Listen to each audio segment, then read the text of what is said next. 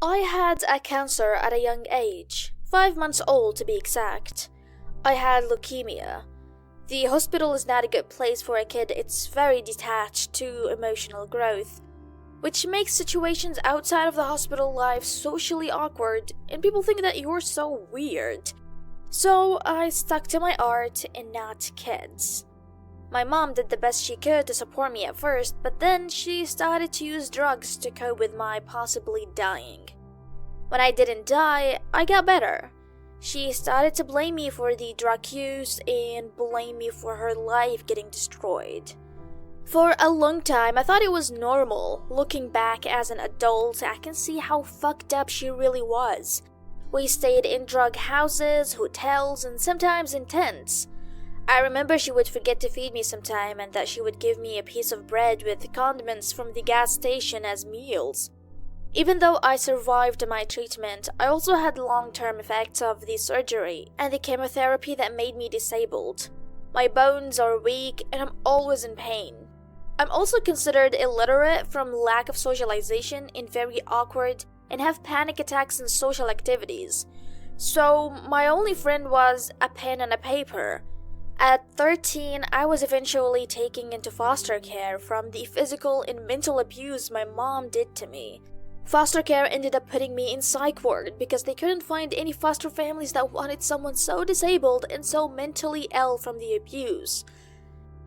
Eventually, they found my biological father and he adopted me at 15. I got to attend high school and that was the only education I ever had.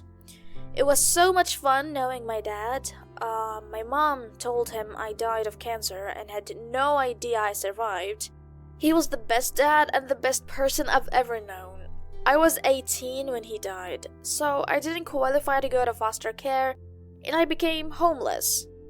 I remember the first night of being homeless, I sat at a bus stop and I just watched the world pass me by.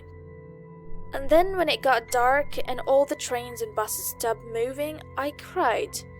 I looked like a normal person, but I was unable to work because of my mental and physical disabilities.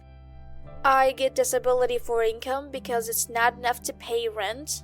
So there it was, a street kid. My art got me a lot of money, and a lot of times I did all great and I could almost forget I was homeless. But I couldn't afford a home, and people treat homeless people very badly. One time, on a really cold, snowy, stormy night, I made the worst decision of my life. I thought I was going to die because someone stole my tent and all of my stuff. I don't know who took my things, but I believe to this day that it was an anti-homeless protester.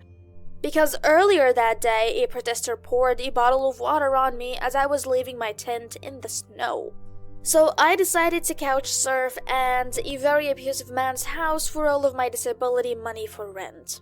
I got pregnant with him. I've never been so scared in my life. He was much older than me. I was basically 22 at the time and he was almost 30. He even told me that he would kill me if I aborted the baby. Then I got used to this abuse because I got accustomed to it. He would steal my food, talk bad to me, and always made me feel like it was my fault when he decided to cheat on me. Or that if my baby was a girl, he would hurt me. I always tried to make it work with this abusive man. It became to the point where I was walking on eggshells to not upset him, because I was scared that he was going to hurt my unborn baby because he had hurt me in the past. I tried making counseling appointments and he would frighten the counselor, and then I would tell people that the counselor was lying and make up excuses of why I was staying with him. He talked me out of several roommates and made me stay in the cold just because he did not like the people I wanted to room with for whatever reason. The worst part was, I was even lying to myself. Making myself believe I was in love with him and making me believe that I deserved the bad things that happened. When I had my baby, I had a serious complications with the pregnancy. My body never fully matured in my internal organs because of my cancer. So basically, my kid ripped my uterus apart. I even flatlined and lost 89 of my blood. I kinda knew that this was gonna happen because I was warned by the doctor who wanted me to medically abort, but I kind of ignored her because I was scared. And needless to say, I was too sensitive to lose this baby because I couldn't live with myself if I did. When I got to hold my baby in my arms, I decided to get my life together. He was the most beautiful thing in the world. He was definitely worth losing my life for. The homeless shelter that I was staying at the time let me have my kid there, but it was hard. The staff constantly abused their power in my rights, just like my abusive boyfriend.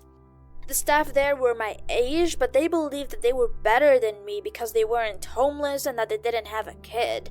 I eventually got into a program for people with disabilities, and it is low-income housing that I could stay in for 3 years.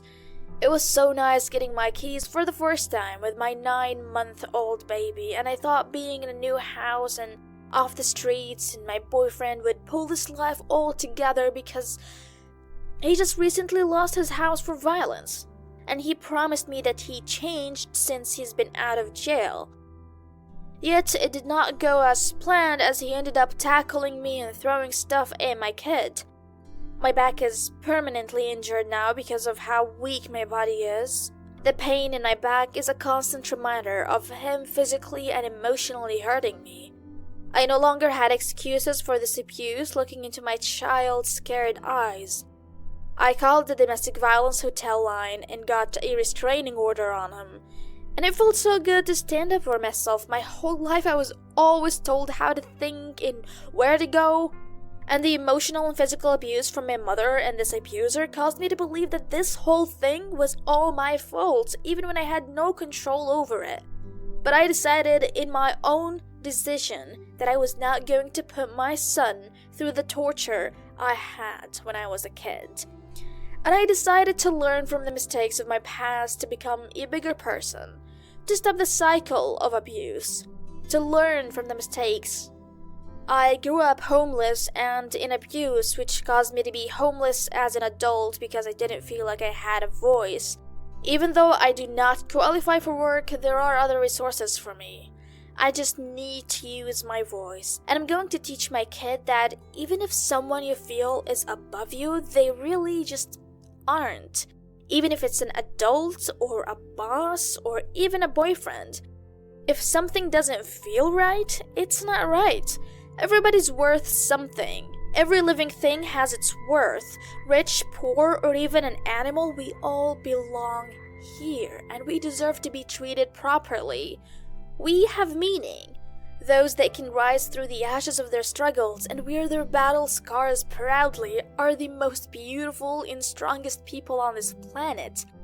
I have a strong belief that if you have the will to survive, you can survive anything. I now have a wonderful patient boyfriend that treats me like a queen and helps me through the hardships, and I do the same in return for him. My son is happy and outgoing. I do not know what the future holds, but I know as long as I have the people that love me and my self-worth, I can get through anything. And you can too. We are broken pieces of a person, but our unaligned and oddly shaped pieces make us a beautiful mosaic of the person we are yet to become. Be proud of who you are and don't let anybody make you scared for being yourself. Because fear is not love. Love is the one that builds you up.